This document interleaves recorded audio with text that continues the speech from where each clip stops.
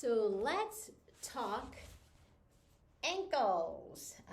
And you can start off with me seated and flexing and pointing and just moving that joint nice and easily and gently back and forth.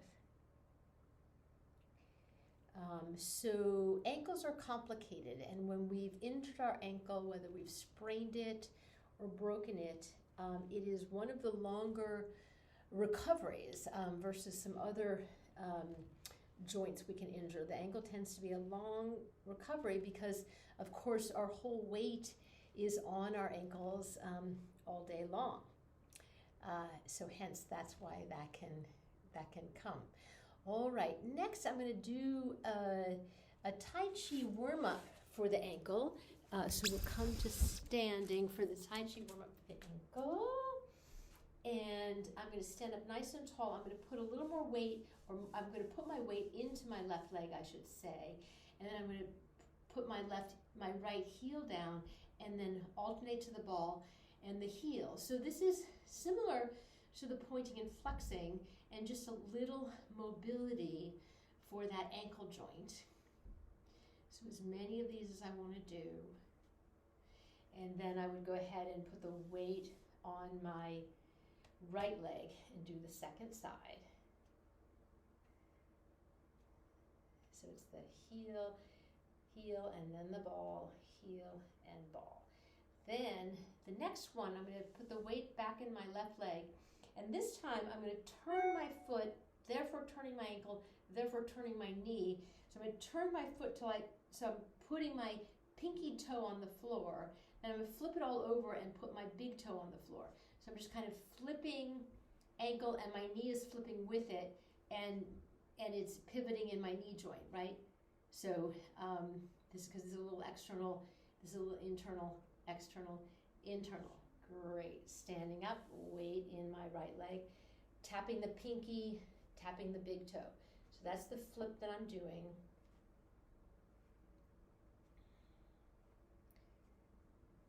Good. And we like that side-to-side motion. That's what we use in Tai Chi. And previously we had done ankle circles, and you might have been introduced to ankle circles, but the American Arthritis Association actually discourages the ankle circles. They feel like that is not as effective and can be problematic for an arthritic ankle. So we just do that side-to-side motion as a replacement of the circles. All right. The next thing I want to show you is using a ball, and I've got an official myofascial release ball, and you might have instead of that, you might have a tennis ball or another kind of ball, racquetball, dog toy, that kind of thing. So I'm going to put that down, and actually it's fine if you don't quite see my head because the focus is on my, well, I'll say that. Focus is on my foot. So I'm going to put my toes on the ball, and I can put a hand on a wall if I need a little extra support. That's fine to do that. And I'm going to roll forward to my heel, and then I'm going to take my foot away and then put it back down again and roll. So I want to roll in one direction only. I want to roll in the direction of my heel only. And I'm just kind of giving my foot a massage through this rolling process. And as I'm doing it, I can sort of feel some places where there's more sensitivity, and so I can sort of visit and linger a little bit longer in a spot like my arch that feels nice while I go through this process. And then I want to spend a little bit of time just with it under my heel, so there's like a little thicker texture under my heel, so I want to spend a little time kind of wiggling around with it under my heel. Good. And I can spend more or less time doing this, just kind of follow my instincts of how it feels. And then when I'm going to finish, I just want to scribble. Scribble, scribble, scribble. And that's how I would finish it up, right? So I can spend more or less time. So my second side, roll to the heel, and then sort of take it back without rolling. So I don't want to roll in the opposite direction. I just want to roll in one direction So I'm pushing fluids towards the heel. So kind of getting different parts of my foot texture, getting the experience of the ball, and then I can specialize. Maybe I want to do the arch or another particular section that feels more sensitive to me today. It might be different on one foot versus the other foot. Then I can spend a little bit of time on the heel, a little focused time on the heel, maybe rolling back and forth on the heel. And then when I'm done with that foot, I just want to scribble all over, like I was sort of drawing around and scribbling, and that's how I finish the foot. All right, good. So I went pretty quickly on the feet.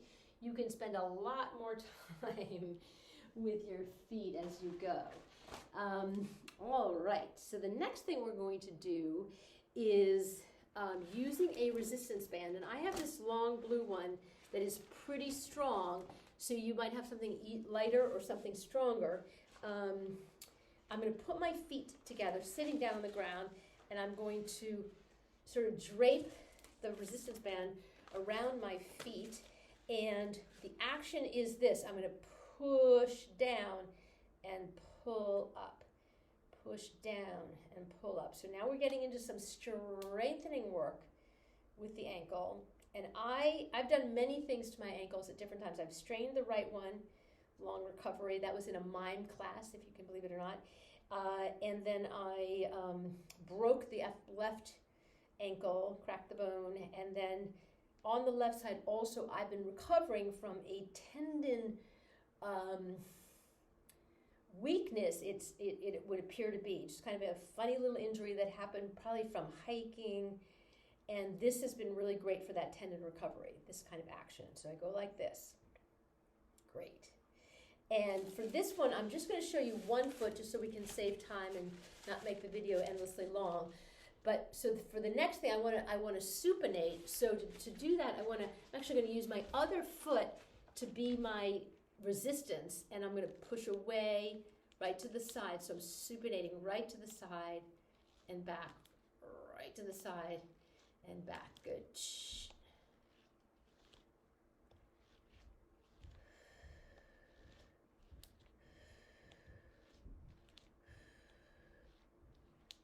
Great. And then I want to pronate, so I want to go the other way. So for that, and I could hook it around a piece of furniture or something like that. I usually just kind of do something like this, so I kind of, again, cross the other leg, so it's giving me a little bit of resistance. And then I'm pushing, so I'm going in the pronating direction, right? And so for my particular injury, this is harder work for me. So I'm developing this ability to do this pronation.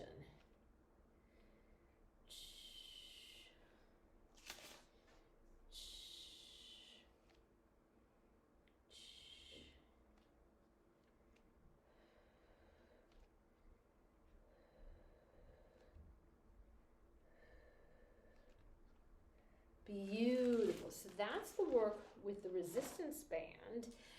And now what I am still building up with recovering my strength and my tendon is to do things like calf raises and to do things like balances, okay? So I'm gonna tip you up so we'll stand up. And now I tipped too far. So calf raises. So I'm gonna start hip width apart, and using both feet at the same time, I'm lifting my heels and lowering down. I showed you from the side. I'm lifting my heels and lowering it down. And on me, you can see the weakness on the left, right? So the left has to work a little bit harder than the right to lift up and lower down. So the first level is hip width and do some calf raises. And then I'm just going to play around with how it feels to me, right? I can see what happens if I go shoulder width. And shoulder width for me is much harder. It's harder on both sides, but it's particularly hard on the left, recovering from this injury. So it's good to make myself do it. And I can do them like this, and if I want a little extra support, I could have my hands on the wall, and that actually gives me some support, and I can kind of come up a little bit further with this little bit of hands on the wall support. So I can play with it that way as well. And sometimes I'll even do it kind of wide here, and I might alternate. And again, you can see there's a difference because of the condition, and then try to pop them both. And this is one of the hardest spots for me. Great. Great.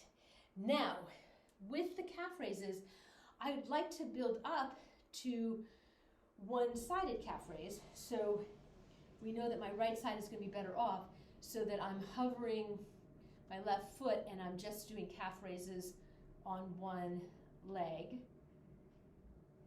And then this will be more challenging for me to try to do it, and I can barely come up at all one-legged on the left. Still working on that, developing that ability, recuperating that ability. And then finally for my ankles, things like warrior threes, to test a balance pose. That's another test for my ankle, and you can see again, this is less strong for me on the left. Getting a little bit better, but less strong for me on the left. Same thing with tree pose, taking any kind of balance pose to test that. And then finally, and to kind of unwind your practice, you can come down on the ground, and I like a version of legs on the wall where I use a band, or not. So I'll show you two ways. So I can come down and take my legs up. Now your legs might have a little bend, or they might be straight. Whatever it is for you is fine. And then I'm going to put this strap up here. So I'm in this kind of floating legs on the wall. Now I can literally do it legs on the wall, but I'm doing sort of a floating legs on the wall using the strap. So I can do it that way. And it's nice and relaxing for my legs to change the blood flow. And then I can also do it, have my legs in the air. Again, if my knees are bent, that's okay. And I can conclude with some pointing and some flexing. So we can end the practice where we started the practice with some bending and some flexing. All right, so this was intended to be lots of ways of both giving your ankle love, giving your ankle some stretch and some mobility.